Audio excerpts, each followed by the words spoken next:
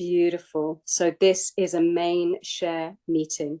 And today is with great pleasure and much gratitude that Kirsty has come to step in for us and is going to share for about 40 minutes, after which I will open up the room for general sharing, or we'll be able to ask Kirsty a question.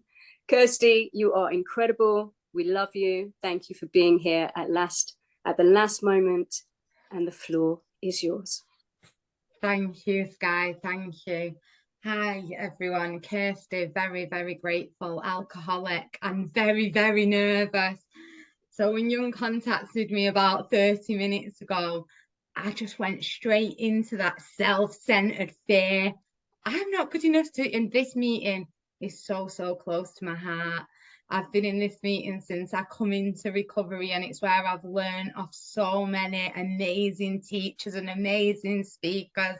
And I was like, I'm willing to step up because I'm willing to go to any lengths for my recovery, and I'm willing to be of service to anybody and everybody in AA at all times.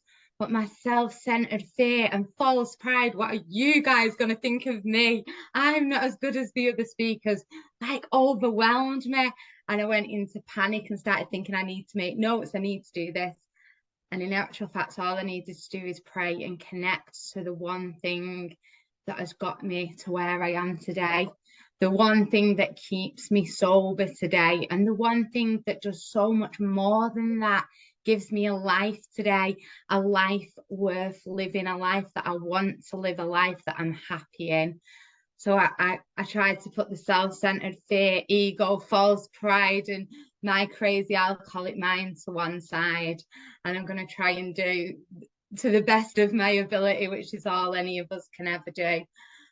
I noticed in the chat that someone put the 5 days today, so welcome, welcome. And we have a beautiful, beautiful solution, and it changed my life and continues the amazing thing that I have learned on my journey so far, and I'm still learning, is that it never stops. We continue for a lifetime.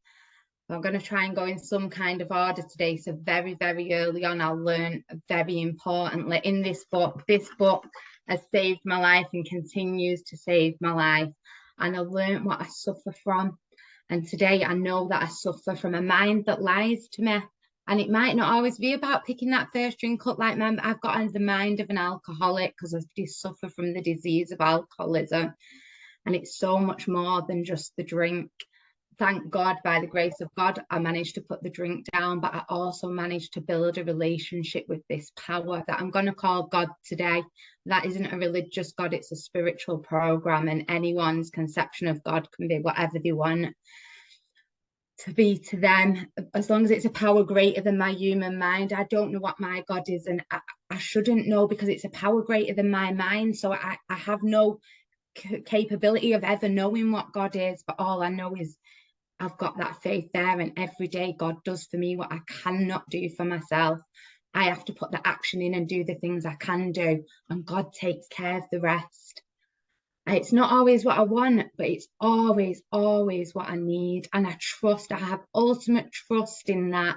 And, you know, that's all I need to do today. I just need to trust God and clean house. And I don't mean my house I'm sat in. I mean my body, my house, my soul, me. I need to clean me up because I wasn't a very good person. So I learned that I've got a threefold illness. I think there's some people say twofold, threefold, but I learned these important things to me. My mind will lie to me. I will have this great obsession that somehow, someday I can drink like a normal person. I'll have this voice that's me in my head telling me that I can have a drink and I will take my kids to school, or I won't ruin my life, or I will stop. I will just have one or two with my tea. But that is never, ever going to happen. My track record shows me that. I landed in a treatment centre. My kids crying, asking me not to do it again, shows me that. And today I know that's because once I put that one in, I have something wrong with my body. And we use the word allergy. So allergy just means that I have an abnormal reaction. So I have an abnormal reaction to that first drink, that second drink. My body screams more. It sets off a phenomenon of craving, which is beyond my mental control, beyond my capacity to be able to control or stop when I want to. And then that explained a lot. That explained a lot. That's why, with every good intention, I think I'm going to have one, and I'm going to get up and still be a mum. I'm still going to go.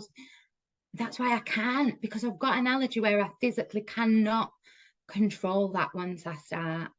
And, you know, that made a lot of sense. But then when soberly, I'll then pick up that first drink again, even though this keeps happening and happening and happening. And that is because I have my mind that'll lie to me and tell me that the next time is going to be different. And if I did a lie detector test at that time, I would pass and say, I'm just going to have one drink. And that never happens. I've got this hole in my soul, this spiritual sickness that I didn't know what that was. I was always irritable, restless, discontent, bored, depressed, anxious, however that looks like. My own children used to make me irritable being around them with or without a drink inside me. Like, and it hurts me to say it today, but I say it because that's my truth. And if there's other parents sat there in the early days or that have that feeling, it doesn't have to be like that. Like my own children, even though I love them so much, they made me irritable, restless, and discontent. I didn't want to be in the room with them. I couldn't be a mum to them. I couldn't be a lot of things. I couldn't hold relationships, jobs. I couldn't, because I had this unmanageability, and that's the unmanageability of my step one. It's not the external things, whether I've lost my house, and it's the unmanageability on the inside. I could not be a person. I could not. I had no power over the alcohol.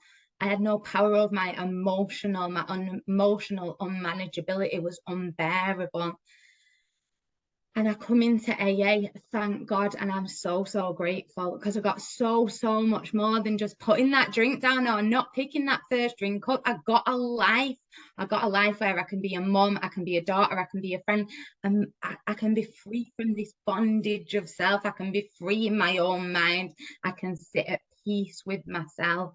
That is like, how amazing is that? And I never thought I would get that. I would have been happy with just not drinking and not killing myself. Do you know, that would have been enough, but it's so, so, so much more, so much more. And I come into AA not wanting God, like not, and now I think, how did I not want something that's the best thing in my life today? How was I so objectionable to that? The answer is, I don't know why.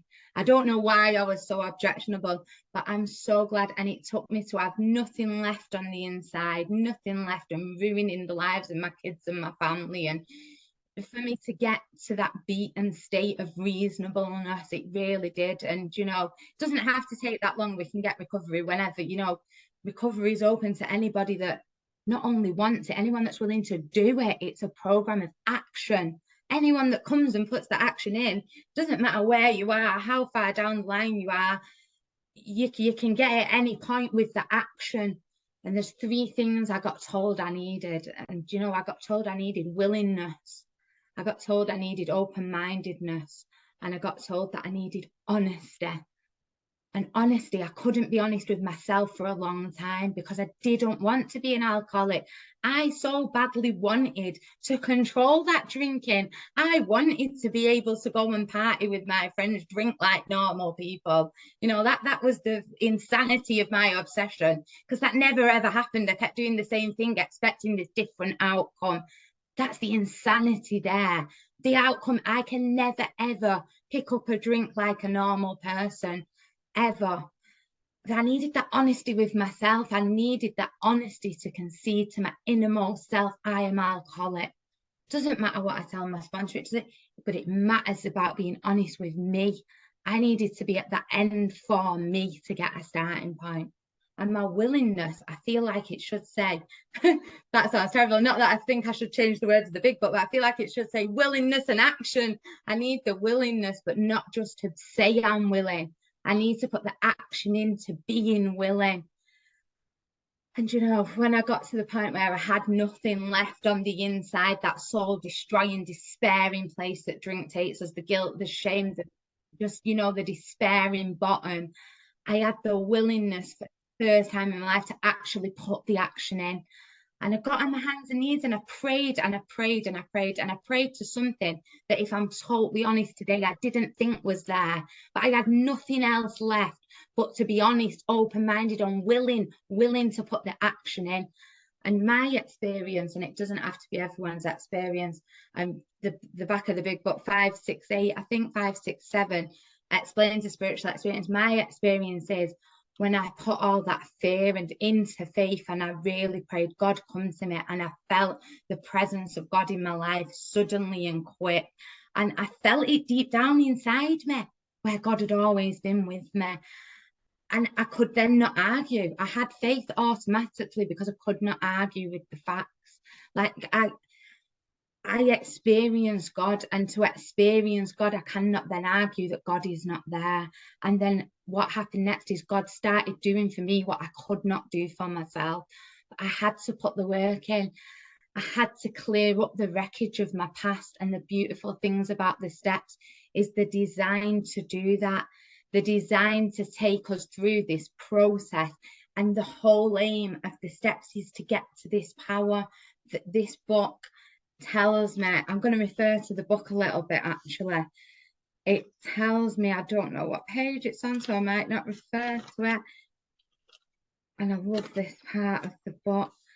So it's on page 45, guys. Well, that's exactly what this book is about. The main object is to enable you to find a power greater than yourself, which will solve your problem, solve. But the key word there for me was enable. This book, this sponsor, this AA meeting, this group, that's not going to get me. It's going to enable me. It's going to teach me how I can put the action in and get to this power, tap to this power that's deep down within me, that's been with me, guiding me up to my point I've even got to, whether I know it or felt that experience. God has always been with me, but what I've done is I've blocked God off. I've been trapped in this bondage of self. And when I put that action in and I felt God with me, I knew I needed to go further. And I love this part in Bill's story. Let me see if I can find the page where it says,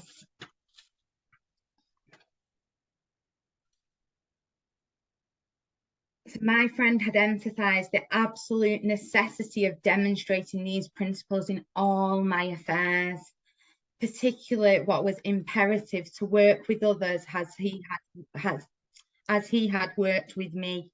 Faith without works was dead, he said, and how appallingly true for the alcoholic. For if an alcoholic failed to perfect and enlarge his spiritual life through work and self-sacrifice for others, he could not survive the certain trials and low spots ahead. If he did not work, he would surely drink again, and if he drank, he would surely die. Then faith would be indeed dead. Dead indeed. With us, it is just like that. Do you know, I was nearly dead. I nearly died before I landed in a treatment centre. So I knew this connection I'd got with God, and going through this work, going through the steps with my sponsor, who's armed with the facts, who knew this program. I knew it wasn't enough. I need to enlarge this spiritual program. I knew there was no finishing point. It wasn't a tick box exercise. I needed to live in steps 10, 11, and 12, because if I do not, I could die. I need to work with others. I need to work and self-sacrifice. Like, what does that mean? So firstly, I'm a mum. I have to be there for my children and things like that. But, you know, self-sacrifice, like, how do I actually put that into my life today? Do you know, well, if someone needs me in the AA rooms and I'm going getting my nails done, or I'm going for a coffee with my friend, it will be a no, and I will be there. I will be there for AA. Sometimes if it's my child, but still I have to be there for my child as well, because I have to follow these principles in all my affairs. I have to make a living amends to my child to be there as a mum today. But I also have to do work and self-sacrifice for this beautiful program that's helped me, enabled me to get a connection with God. I'm God's worker today. I have to connect into God and pray, where do you want me to be today, God? Where am I going to be most useful today, God? What can I do to be of help today? I need to enlarge this spiritual life. I need to make sure that connection with God is the strongest thing in my life to keep me there, to ensure that I'm going to stay sober today. I've gone off track of what where I thought I was going with this. Do you know what? I want to go over the step 3 prayer. So I hear said in a lot of rooms, like it's we never ask for ourselves in prayer, and you know, I never ask for, like, I never ask to win the lottery. I never ask for material things, because the material world is a really dangerous place for me with an alcoholic mind. I need to enlarge that spiritual life and trust our God who will give me what I need, not what I want, what I need, to be helpful, to be useful, to be a good member of society, which is something I most definitely wasn't. And you know, that step 3 prayer, though, relieve me of the bondage of self. Well, in step 4, I find out what self is. In my column 4, you know, I see my selfish character defects, my dishonesty, my distrust, my God, my list is like so big, but that's my bondage of myself that I'm a prisoner to.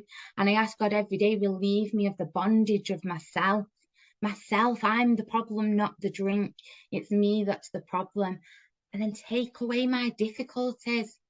And not always will that be my suffering. Sometimes I need to suffer because I need to go through pain to grow. I need to look, and God, I might have to experience these things. My worst moments will become my greatest assets to help other people. But what God will take from me is my difficulties. Again, God will do for me what I cannot do. I put the action in to do the things I can do, to be of help, to be of most usefulness to people. And you know, I love step 3, like God is the director. I am not. I had to quit playing God. Like, how do I do that? I wanted to do everything my way but I had to realize that was the bondage of myself again, thinking that I knew better than everyone and everything. And just if everything went my way, things would be okay. But no matter what happened, nothing was ever okay. Because I always had this search that I needed more or wanted more, me. And today I connect into that power. And you know, for the new lady that's 5 days, like, well done, amazing for getting here. God has brought you here today. Your higher power has already guided you to a room full of people, full of the solution. I'm going to put my number in the chat, and I'm sure many other people will. You know, in the early days, the most thing that was helpful to me, get a sponsor, get a big book. Everything you need to know is in this big book. It's so hard to read on your own at first.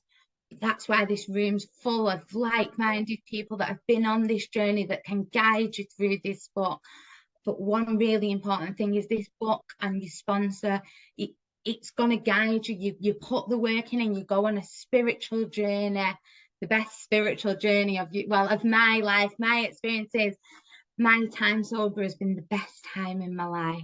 I couldn't imagine my life today now without this power. I couldn't imagine without being able to tap in to God. I couldn't imagine, and pause.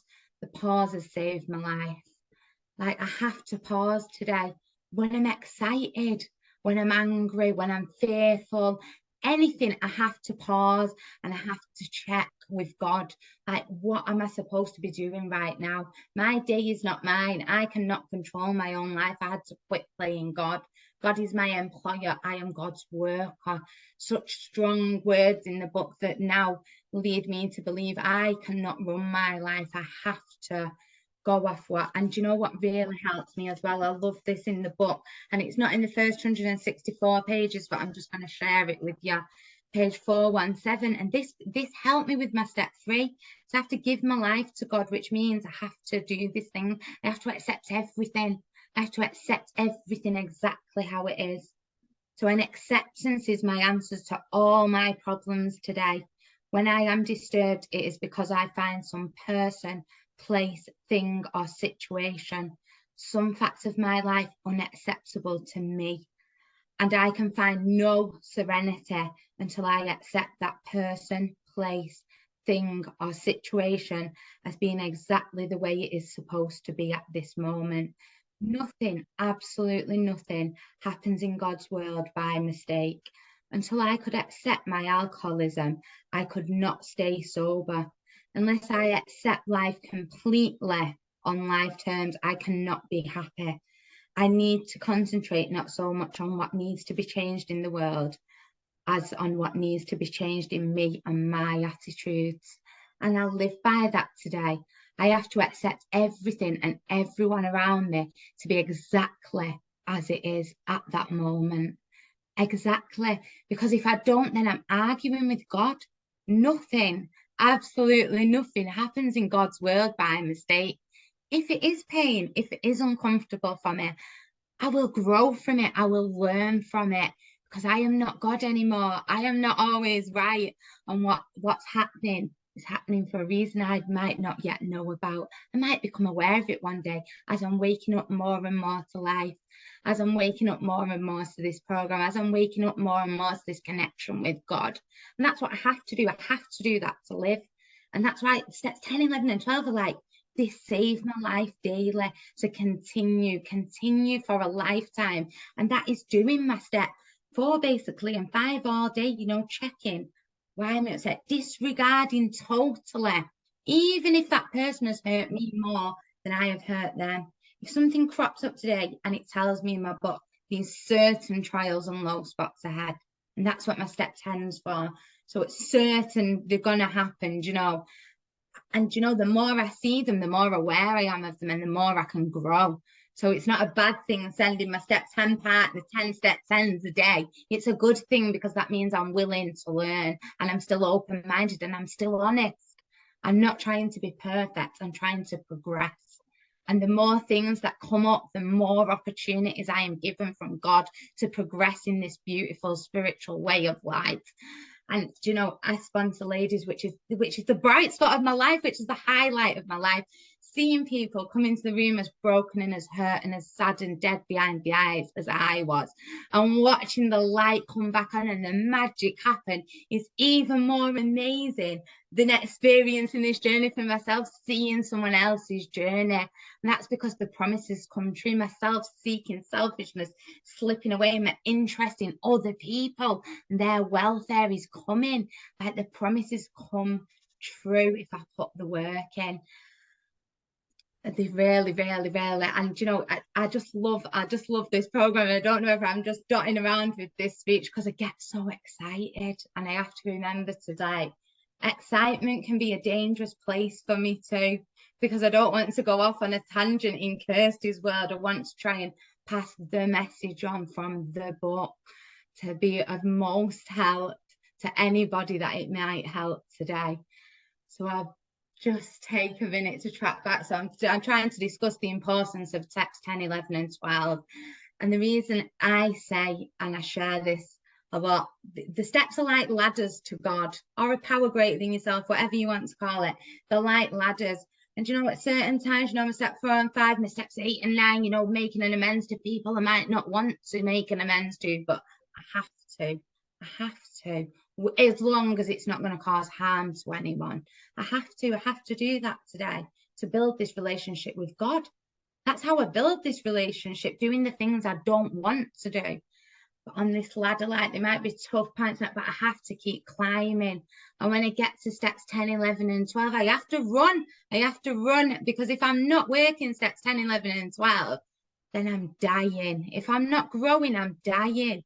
I'm dying. I might not be dead tomorrow, but I'll die, you know, because I truly believe that today without this program, I would be dead. So if I don't continue on them steps of the ladder, continue for a lifetime, no matter how well I am, no matter, I wake up today and I'm happy, joyous and free. Not every day is perfect, you know, that wouldn't be normal, would it? But I'm happy. I've got peace of mind. And I do this stuff regardless, because if I only do it on the bad days, like, God's not going to be there. I can't just ask for God's help when things are bad. I've got to be of use to God when things are good. It's a two-way relationship, you know, give and take. God gives me today sobriety. God gives me today life. God gives me today everything around me. I have to give God back. I have to be helpful. And on that step 11, improve my conscious contact with God. So it's not, I can't do today what I did last week. I have to be constantly improving my conscious contact with God, because I'm growing. Things have got to be improving. This relationship I have made with God has to be growing, has to be improving, because it tells me that in my step 11, improve that conscious contact.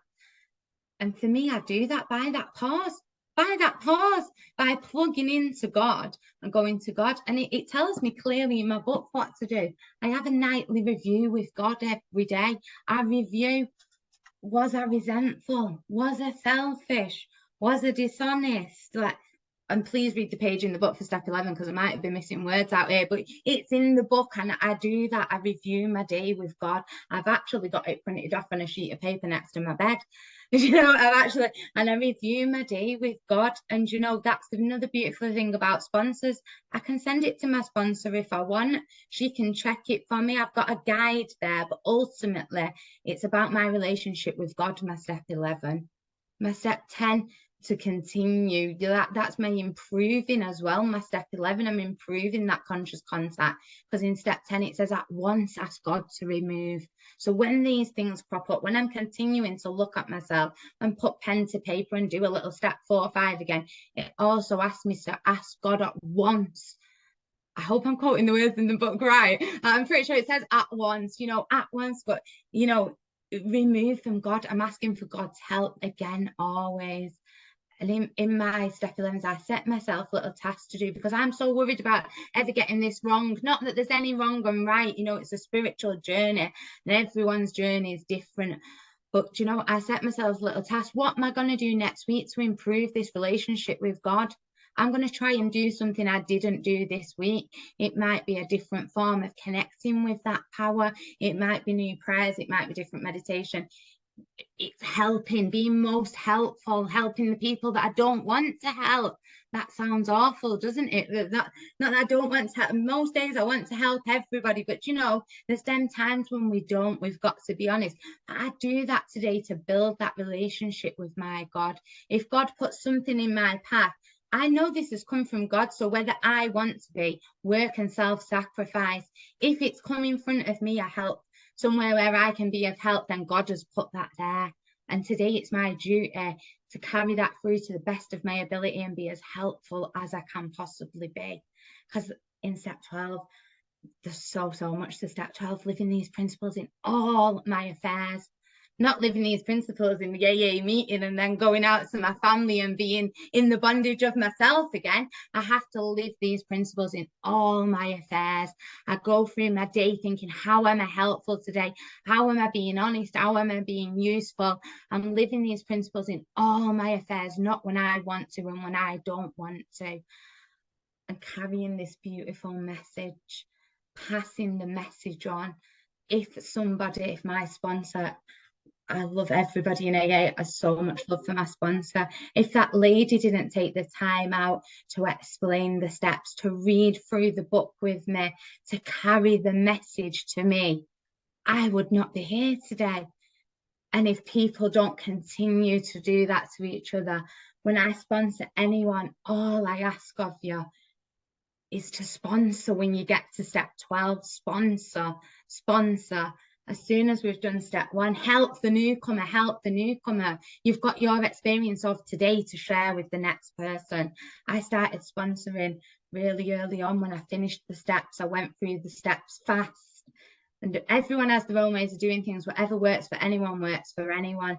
My personal experience was I was stuck in a spree of alcoholism where I have a mind that lies to me. I pick up a drink and I find it impossible, cannot stop.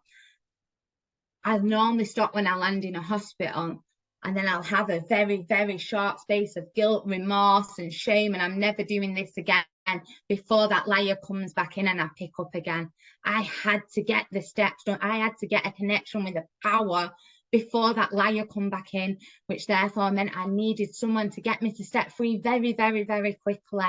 And today I can only teach what was taught to me. And I work fast with my sponsees because it works for me. And I think there's a part in the big book, and I'm not sure where it's at the beginning, years and years and years ago, I think there was 75% recovery, 50% at first, then 25%. I mean, there's brilliant speakers out there on the history of it that go into this. And back then, the steps was done fast. People were sponsoring at 7-8 days sober because they'd done the steps. And I'm part of a fellowship now where they teach a workbook, which is all out of the big book of Alcoholics Anonymous. In 4 hours, they go through all the steps, but it takes a lifetime to practice them. And myself, I couldn't do it in 4 hours. I couldn't. I needed a sponsor and I needed to go through it one-to-one. And, you know, I needed more than 4 hours, but I did them in a matter of months and I started sponsoring. And my only thing to sponsor, this is what I say to my sponsees when that desperation of a drowning person that I had, and you know, you'll do anything if you'll just help me. All I ever want you to do is carry this message on to the next person. And I've got a lady at the minute that is my first sponsee that we've got to like step 12 with, and she's terrified. I can't carry this message, Kirsty. So that's your self-centered fear. I still get that now. I'm not good enough. I can't carry this message. The messages in the book were just a guide to enable someone to get to the power themselves. They might not make it. They might make it. Only God knows. All I can do is do what was done for me. And all the person I do it for to do is do what was done for them and enable this person to start on their spiritual journey. And how that has changed my life. How that has changed my life. And to the lady that is new in the room, I keep going back to you. I just welcome. It's so great to see new people come in and get a sponsor armed with the facts. Go on your spiritual journey through the book, because not only will you put the drink down, you will get this beautiful way of life. This book has helped me get so much more than just God. With God today, I can be a mom, I can be a friend, I can be a daughter, and I don't have to pick up a drink. I don't have to pick up a drink as long I have today, just today. I have just today, as long as if I put my spiritual program into action. And I'll very quickly tell you what that looks like for me in a day. So I get up and I pray. I pray to God. I do some meditating. I try and check God's answers. I have a self-will and a God's wills test. So if I'm in Kirsty's will, selfish, dishonest, fearful, resentful, like I only have to be in one of them for it to be my way. If I'm in God's will, totally honest, totally pure, totally loving, and totally unselfish. And I have that next to my bed as well. So when I pray and meditate, when I feel them answers come from deep down inside me, I don't know, sometimes, you know, I'm very new to this. I've never lived a spiritual way of life, but I've got them beautiful things to check by. Is this in God's will? It only, you know, I can check that by that to check I'm in God's will today. And all day through my day, I'll try and stick. Us alcoholics undisciplined, like that was a massive thing for me. I have to have routine, I have to have structure. And I continue constantly to watch myself all day and be of most help, continuously pausing into that God. And that sounds like, how do you feel? It just becomes a natural part of my day, a natural part of my life. I plug into God. I help people. I go on meetings. I share. I get out of myself and be of help to other people. I also look after my home and look after my children and be a daughter to my dad. I'm fortunate at the minute that I'm having some time out of work, so I've got a lot of time to help others. I also have other commitments I do, and God and my life about that can fit into that. It has to, because it's a design for living. And then when I go to bed, I say my step 7 prayer, which is so beautiful. God, I am now ready for you to have all of me, good and bad. And I extend on that step 7 prayer that's in our beautiful book, where we ask to take all my character defects away. I've got a list wrote down of what mine are, and I ask individually for each one to be took away, or whichever ones are coming up on my step 10s. Sometimes they have a bout of being irresponsible. I'll ask God, instead of all my character defects, please help me remove my selfishness. God can only help me if I invite God into my life today. I have to invite God into my life to help me on this spiritual journey, and always in impact to be most useful for the people about me, to help God. And you know, guys, I've not really known where I've been going with this speech the whole way through, and I was so nervous to share on this meeting. When Young asked me, like I said at the beginning, I went into so much fear. This meeting means so much to my heart. We have the best speakers all the time, and I don't really know how or what I've said to you. And my only hope today is it's been of some use to somebody.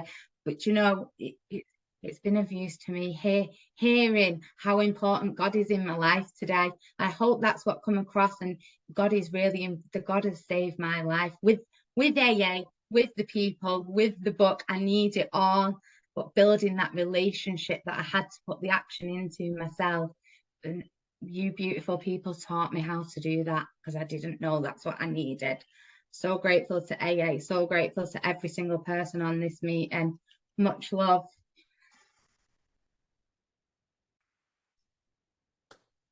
Thank you so much, Kirsty. And it is down to you also on Tech Today to press the stop